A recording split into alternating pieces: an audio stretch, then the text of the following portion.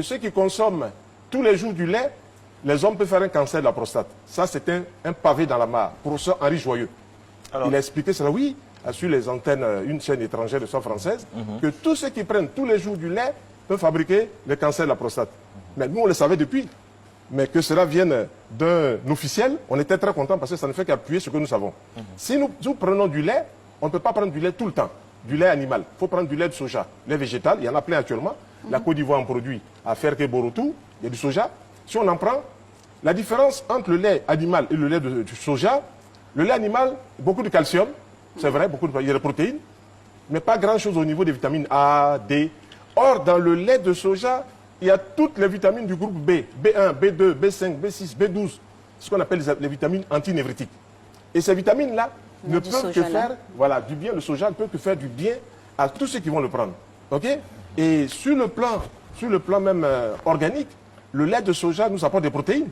Vous prenez 1 litre de lait de soja et 1 litre de lait de vache, vous avez du côté du soja jusqu'à 40% de protéines. Alors du côté de l'animal, vous avez seulement 25%. Voilà, donc si on doit partager docteur, il y a des enfants qui sont allergiques au lactose aussi. Comment on fait? On a quelqu'un, moi j'ai quelqu'un que je connais, un enfant qui, chaque fois qu'il prend du lait, il vomit. Quand c'est comme ça, comment on fait? Du vin? Du lait. Il en boit en mangeant, il boit du lait? Oui, quand il boit, il est allergique, il est allergique au lactose. S'il est allergique au lactose, il met de côté. Oui. L'allergie, c'est quoi? C'est une réaction de défense de l'organisme. Marcelin va prendre quelque chose, après avoir mangé, il boit, il a une réaction, son corps ne veut pas.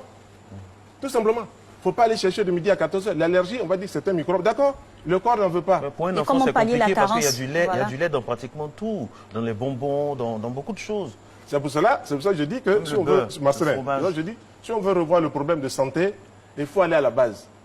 Comme vous dites, il y a des bonbons, il y a des biscuits, il y a des choses et tout ça. Oui, il y a du lait animal. Mais c'est un système. Il faut commencer par voir, est-ce que ces personnes-là qui fabriquent ces biscuits ne peuvent pas les remplacer par autre chose? Elles peuvent le faire. Puisque aujourd'hui, on parle des biscuits bio. Les biscuits bio, c'est-à-dire des biscuits qui ont été faits à partir de farines d'abord complètes et qui ont été faits à partir du sucre de bonne qualité, roux, et puis qui ont été faits à partir de lait de soja. Alors, si d'un côté, il y a un système alimentaire conventionnel, de l'autre côté, il y a un système de réforme qui s'installe, et il faut quand même tenir compte de cela. Voilà. Il faut tenir compte de cela, Alex. Et pour ajouter par rapport à ce que Marcelin a dit, pour un enfant ou un individu qui serait allergique au lactose, quel est le palliatif? Le palliatif, si l'enfant est allergique au lactose, il faut qu'on lui donne du lait de soja où il n'y a pas de lactose dedans. D'accord. Voilà, il n'y a pas de lactose dans le lait de soja. Alors, on a remarqué que les fruits sont au début et à la fin. Quand on est étudiant, quand on est jeune. Les fruits, personnes âgées, les fruits. Et puis, quand on fait des métiers de force, par exemple, on a ce qu'on appelle les aliments que vous avez cités. Alors, voilà, donc moi, Marcelin, j'ai parlé des personnes âgées qui doivent nourrir l'ensemble du corps, mais surtout le cerveau. Les fruits nourrissent le cerveau. Ensuite, à midi, la personne peut introduire des légumes, des carottes, des concombres, des choux, des tomates, tout ça. C'est ce qu'on appelle des vitamines.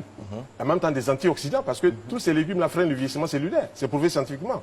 Et donc, si ces personnes mangent des légumes, à partir du moment où on a passé 60 ans, 65 ans, 70 ans, la viande en tant que telle doit être prise de manière parcimonieuse. Une fois dans la semaine, 2 fois dans la semaine. Et quelle viande? La viande animale doit être prise de manière parcimonieuse. Mais quand on la prend, quel genre de viande on prend? Parce qu'il y a des viandes qui sont moins nocives que d'autres. La viande de bœuf doit être réduite. La viande de poulet doit être réduite. Les charcuteries doivent être réduites. D'accord. Pourquoi? Parce que ces protéines-là...